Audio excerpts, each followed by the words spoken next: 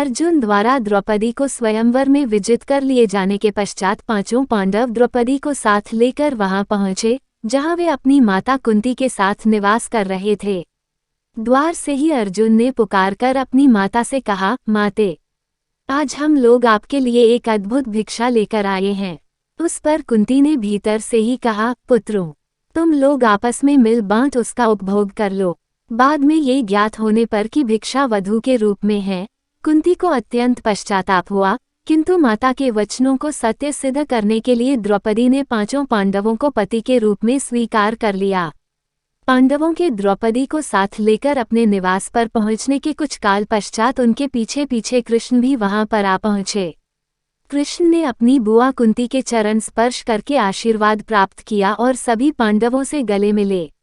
औपचारिकताएं पूर्ण होने के पश्चात युधिष्ठिर ने कृष्ण से पूछा, हे द्वारिकाधीश, आपने हमारे इस अज्ञातवास में हमें पहचान कैसे लिया? कृष्ण ने उत्तर दिया, भीम और अर्जुन के पराक्रम को देखने के पश्चात भला मैं आप लोगों को कैसे न पहचानता। सभी से भेंट मुलाकात करके कृष्ण वहां से अपनी नगरी द्वारका चले गए।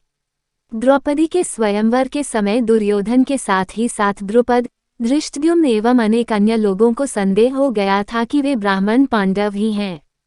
उनकी परीक्षा करने के लिए द्रुपद ने धृष्टद्युम्न को भेजकर उन्हें अपने राजप्रासाद में बुलवा लिया।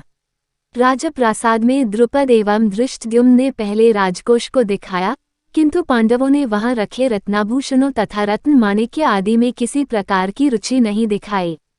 किंतु जब वे शस्त्रागार में गए तो वहां रखे अस्त्र शस्त्रों में उन सभी ने बहुत अधिक रुचि प्रदर्शित की और अपनी पसंद के शस्त्रों को अपने पास रख लिया। उनके क्रियाकलाप से द्रुपद को विश्वास हो गया कि ये ब्राह्मण के रूप में योद्धा ही हैं। द्रुपद ने युधिष्ठिर से पूछा, हे आर्य, आपके पराक्रम को देखकर मुझे विश्वास हो गया है कि आप लोग ब्राह्मण नहीं हैं।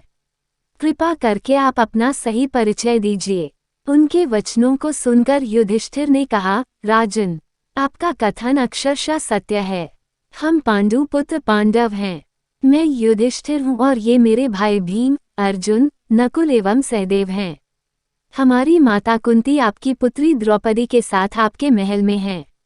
युधिष्ठिर की बात सुनकर द्रुपद अत्यंत प्रसन्न हुए और बोले, आज भगवान ने मेरी सुन ली। मैं चाहता था कि मेरी पुत्री का विवाह पांडु के पराक्रमी पुत्र अर्जुन के साथ ही हो। मैं आज ही अर्जुन और द्रौपदी के विधिवत विवाह का प्रबंध करता हूँ। इस पर युधिष्ठिर ने कहा, राजन, द्रौपदी का विवाह तो हम पांचों भाइयों के साथ होना है। ये सुनकर द्रुपद आश्चर्यचकित हो गए और बोले, ये कैसे संभव है? एक पुरुष की अनेक पत्नियां अवश्य हो सकती हैं, किंतु एक स्त्री के 5 पति हों, ऐसा तो न कभी देखा गया है और न सुना ही गया है। युधिष्ठिर ने कहा, राजन, न तो मैं कभी मिथ्या भाषण करता हूँ और न ही कोई कार्य धर्म या शास्त्र के विरुद्ध करता हूँ। हमारी माता ने हम सभी भाइयों को द्रौपदी का उपभोग करने का आदेश दिया है और मैं माता की आज्ञा की अवहेलना कदापि नहीं कर सकता। इसी समय वहां पर वेदव्यास पधारे और उन्होंने द्रुपद को द्रौपदी के पूर्वजन्म में तपस्या से प्रसन्न होकर शंकर भगवान के द्वारा 5 पराक्रमी पति प्राप्त करने के वर देने की बात बताई।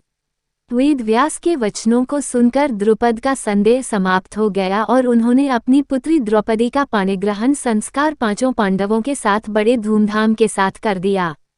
इस विवाह में विशेष बात ये हुई कि देवर्षि नारद ने स्वयं पधारकर द्रौपदी को प्रतिदिन कन्यारूप हो जाने का आशीर्वाद दिया। पांडवों के जीवित होने तथा द्रौपदी के साथ विवाह होने की बात तेजी से सभी ओर फैल गई। हस्तिनापुर में इस समाचार के मिलने पर दुर्योधन और उसके सहयोगियों के दुख का पारावार न रहा।